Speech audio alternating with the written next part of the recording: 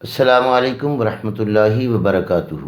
محترم سامعین و ناظرین، مطب ابن طبیب آپ کی صحت کے حبیب کی جانب سے حکیم محمد ضیاء ایک بار پھر آپ کی خدمت میں حاضر ہے، ایک ایسے ٹاپک کے ساتھ جو امراض مخصوصہ مردانہ سے ہی جڑا ہوا ہے، اور یہ بہت اہم اور علمی ٹاپک ہے، اور اس میں چاہوں گا کہ مختصر اور جامع بات آپ سے کر کے آپ کو مردانہ کمزوری کے اس ٹاپک میں آج میں یہ بات بتاؤں کہ شہوت کیسے آتی ہے، انتشار کیسے پیدا ہوتا ہے، اعضائے مخصوصہ میں تناؤ کس طرح آتا ہے۔ یہ آپ ذہن میں رکھیں کہ جیسا کہ میں عرض کر چکا ہوں کہ کسی ایک فعل کے عمل سے شہوت نہیں آتی۔ شہوت میں نروس ٹیشوز یعنی اعصاب، ایپیتھیلیل ٹیشوز یعنی غدد گلینڈ، اور مسکولر ٹیشوز یعنی آپ کے پٹھے گوشت پوست، یہ تین اعضاء کام کرتے ہیں۔ میری سابقہ ویڈیوز جن دوستوں نے سنی ہیں وہ بخوبی جانتے ہیں کہ میں کیا آپ کو بتلا رہا ہوں۔ اگر آپ میرے اس چینل پر نئے دوست ہیں تو میں آپ سے درخواست کروں گا کہ اس چینل کو سبسکرائب بھی کر لیجئے، بیل آئیکن کا بٹن بھی دبا لیجئے اور لائکس بھی کیجئے۔ اگر آپ کو یہ ویڈیو اچھی لگیں تو آپ اپنے مزید دوستوں کا بھلا کرنے کے لیے انہیں ان کا لنک سینڈ کریں۔ تو جانیے دوستو، شہوت اللہ نے نسل بقائے انسانی کو قائم رکھنے کے لیے ایک عمل بنایا ہے، جس عمل سے دو قسم کے انسان کو فائدے ملتے ہیں۔ پہلا فائدہ اور سب سے اہم فائدہ جو شریعت اسلامیہ ذکر کر رہی ہے وہ یہ ہے کہ انسان صحبت کے ساتھ اپنی نسل کو اور اپنے بچوں کو پیدا کر کے اپنے نام اور اپنے حسب نسب کو قائم اور دائم رکھ سکے۔ دوسرا، نبی کریم صلی اللہ علیہ وسلم نے ارشاد فرمایا کہ کل قیامت میں اپنی امت کی زیادتی کی وجہ سے فخر کروں گا۔ معلوم یہ ہوا کہ ایک فائدہ تو انسان اپنی نسل کو بڑھانے کے لیے، اپنے بچے پیدا کرنے کے لیے لیتا ہے، جو صحبت کا مین اور بڑا مقصد ہے۔ دوسرا مقصد اپنے جسم کو تسکین، سکون، مسرت، خوشی اور پرامن رکھنے کے لیے اللہ نے یہ عمل بنایا ہے۔ بعین ہی اسی طرح جس طرح ہم بھوک کی حالت میں کھانا نہ کھائیں اور پیاس کی حالت میں ہم پانی نہ پئیں اور حاجت کی حالت میں ہم اپنے فضلات کو اخراج نہ کریں تو ہمیں تکلیف ہوتی ہے، بالکل اسی طرح مادہ منویہ بھی ایک فضلہ ہوتا ہے، اور اس کو اللہ رب العالمین نے اس حلال نکاح والے کلیے سے خارج کرنے کا حکم دیا، بلکہ قرآن کریم نے یہاں تک فرما دیا کہ عورت تمہارے لیے کھیتی ہے۔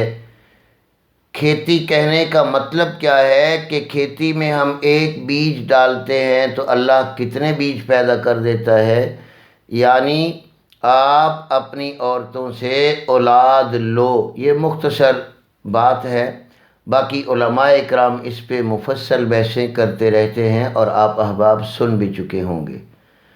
چونکہ میرا یہ ٹاپک نہیں، نہ میرا یہ عنوان ہے، میں تو ایک خطا کار انسان ہوں۔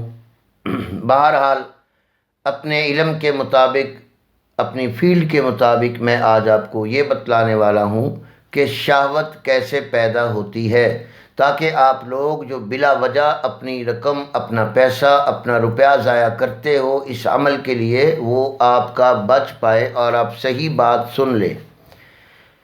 تو عزیزان محترم، شہوت کے اندر تین قسم کے اعضاء کام کرتے ہیں۔ نمبر 1 دماغ، نمبر 2 دل، نمبر 3 جگر۔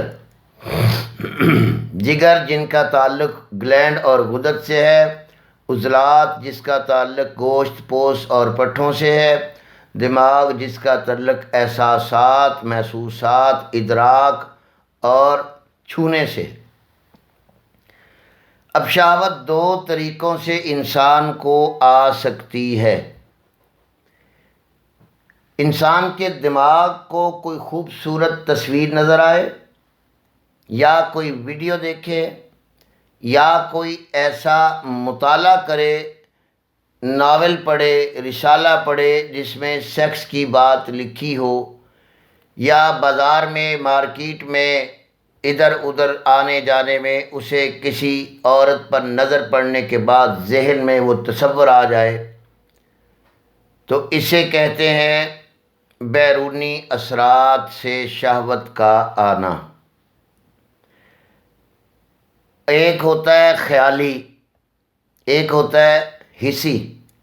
اب یہ تو ہوگی کہ خیال میں ویڈیو آ گئی، خیال سے کچھ سوچ لیا، یہ خیالی شہوت آ گئی، اس سے دماغ پہ اثر ہوتا ہے۔ یہ کیسے ہوتا ہے میں آگے سمجھاتا ہوں۔ دوسرا ہے چھونا، کسی چیز کو، اپنی بیوی کو چھو لیا، احساسات بڑھے، دماغ تک اس کے سگنل پہنچے، تو دماغ عمل صحبت کے لیے تیاری کا حکم دیتا ہے۔ وہ کیسے کرتا ہے؟ آئیں سامعین سنیے اور جانیے شہوت کیسے پیدا ہوتی ہے۔ جب انسان اسی دو چیزوں کو سوچتا ہے یا دیکھتا ہے، سیکس کو، تو اس کے دماغ میں ایک تحریک اٹھتی ہے اور دماغ عضو مخصوصہ کی طرف اپنی لہروں کو بجلی کی طرح دوڑاتا ہے اور سیکس کی طلب پیدا ہو جاتی ہے، تو دماغ فوراً دل کو حکم دیتا ہے کہ یہ کام کرو۔ جب دماغ کا میسج آپ کے دل تک آتا ہے تو دل کا کام ہے دوران خون کو ترسیل کرنا، پہنچانا۔ وہ بڑی شدت کے ساتھ فل سپیڈ سے آپ کے اعضائے مخصوصہ کی طرف دوران خون کو رواں کر دیتا ہے، جس سے آپ کے پٹھوں میں خون بھرنا شروع ہو جاتا ہے، آپ کے اعصاب میں تحریک آ کر، آپ کو احساسات شہوت آ کر، آپ کا اعضائے مخصوصہ اپنی عام حیت سے بڑا ہونا، بڑھنا شروع ہو جاتا ہے۔ تیسرا عمل، خون کے اندر ہی روح، حرارت اور ایپیتھیلیل ٹیشوز جو ہے وہ بڑھنا شروع ہو جاتے ہیں۔ اب نظریہ مفرد اعضاء کے دوست اس بات کو سمجھ پائیں گے کہ جب اعصاب میں تحریک ہوتی ہے تو عضلات میں جب وہ حکم دیتا ہے تو پھر دوران خون جب بڑھتا ہے تو وہی تحریک، تسکین، تحلیل کا عمل اس اعضائے مخصوص میں جاری و ساری ہوتا ہے، جس کی بات کچھ اس طرح سے ہے کہ جب اعصاب نے حکم دے دیا، دل نے عمل کیا، تو شہوت آ گئی، تن گئی۔ اب ہو کیا رہا ہے کہ اعصابی رطوبات اور عضلاتی مسلز اور آپ کے گلینڈ تینوں اس عمل کو، شہوت کو قائم رکھتے ہیں۔ جب یہ اعضاء انتہائی اپنی حیت سے بڑا ہو کر خوب طاقت سے تن جائے تو ہم اس کو شہوت کا آنا گردانتے ہیں۔ اس کے اندر کچھ لوگ ایسے ہیں جو اس بات کو نہیں سمجھتے کہ انسان کا خصوصی امساک، خصوصی وقت جو ہے وہ صحبت کا کتنا ہونا چاہیے۔ تو اسی کے اندر انشاءاللہ اس سے جو اگلی ویڈیو بناؤں گا، یہ میں امساک اور مردانہ طاقت کے نام پر انشاءاللہ آپ کی خدمت میں پیش کروں گا۔ مختصر ہوگی اور بڑی جامع ہوگی۔ تو عزیزان محترم، یہ ہے شہوت کا عمل۔ اب اس میں اگر آپ کی اعصاب اور دماغی قوت کمزور ہوگی تو آپ کو سرے سے شہوت آئے گی ہی نہیں، کیونکہ آپ کے اعصاب کمزور ہیں، آپ کے نروس ٹیشوز کمزور ہیں، آپ کے احساسات کمزور ہیں۔ اس میں آپ کو شہوت کا حکم آپ کا دماغ دل کو دے ہی نہیں پاتا، اس لیے شہوت نہیں آتی۔ یہ ہو گیا نمبر 1۔ اب اگلا نمبر 2، جب احساسات ٹھیک ہوں گے، نروس ٹیشو صحیح کام کریں گے، تو آپ کے جب دل کو حکم دیا جائے گا، اگر آپ کا دل صحیح مضبوط مسکولر ٹیشوز آپ کے کام کر رہے ہیں، تو آپ کا دوران خون دل کے راستے سے اعضائے مخصوصہ کی طرف دوڑ کر آ کر یہ تناؤ اور پٹھے کو اکڑا کر قائم کر دے گا۔ 2 چیزیں ہو گئیں۔ اب آپ کو خیال تو بہت زیادہ آ رہا ہے، سیکس کا تصور بھی آ رہا ہے، دل بھی چاہ رہا ہے، لیکن شہوت نہیں آ رہی، تو اسے ہم کہیں گے اعصابی مردانہ کمزوری۔ اگر آپ کو خیال آ رہا ہے، دل بہت کر رہا ہے اور شہوت نہیں آ رہی، تو اسے ہم کہیں گے عضلاتی مردانہ کمزوری۔ اگر آپ کو خیال بھی آ گیا، شہوت بھی آ گئی اور تا دیر قائم نہ رہ سکی، تو اسے ہم کہیں گے غدی مردانہ کمزوری، یعنی گرمی کی وجہ سے۔ کیونکہ اعصاب میں جب تحریک ہوتی ہے تو عضلات میں تحلیل ہو جاتی ہے اور غدد میں تسکین ہو کر رطوبات رکتی رہتی ہیں۔ عمل یہ ہوتا ہے کہ آپ کی رطوبات جب تسکین غدد کی وجہ سے رکیں گی تو وہاں حرارت بڑھے گی، تو جس کی وجہ سے آپ کا مادہ منویہ پختہ ہو کر یہ عمل صحبت کا آپ پورا کر پائیں گے۔ اگر آپ کے غدد صحیح طور پہ مادے کو نہ پکائے تو مادے کا قوام کچا ہی خارج ہوگا، جس سے صحبت ادھوری اور لذت پوری نہ ملے گی، آپ خود کو مردانہ کمزوری کا مریض گردانیں گے۔ تو دوستو انشاءاللہ العزیز اس سے 2-4 اگلی باتیں آپ ذہن نشین کر لیں کہ اب آپ کو تقریباً یہ علم ہو گیا ہوگا کہ ہر دوا ایک مرض پہ کام نہیں کرتی، ایک قسم کی مردانہ کمزوری نہیں ہوتی، ایک قسم کی وجہ نہیں بن سکتی۔ تو اسی گفتگو کے ساتھ امید کرتا ہوں کہ آپ کو حکیم ضیاء مطلب ابن طبیب کی جانب سے یہ گفتگو بہت پسند آئے گی اور آپ اپنا دھیان رکھ سکیں گے اور اپنی ججمنٹ کر کے آپ خود دیکھیں گے کہ میرے کون سے عضو میں کمی ہے، کون سے عضو میں زیادتی ہے، میں مریض کس قسم کا ہوں۔ تو ایک بات اور عرض کر کے میں آپ سے اجازت چاہتا ہوں، جس بندے کے اعصاب میں کمزوری ہوگی، اعصاب کی وجہ سے مردانہ کمزوری ہوگی دوستو، وہ بندے کا جسم ٹھنڈا، سفید اور نرم اور پلپلا ہوگا، اسے سفید رنگ کا کثرت کے ساتھ زیادہ پیشاب آئے گا۔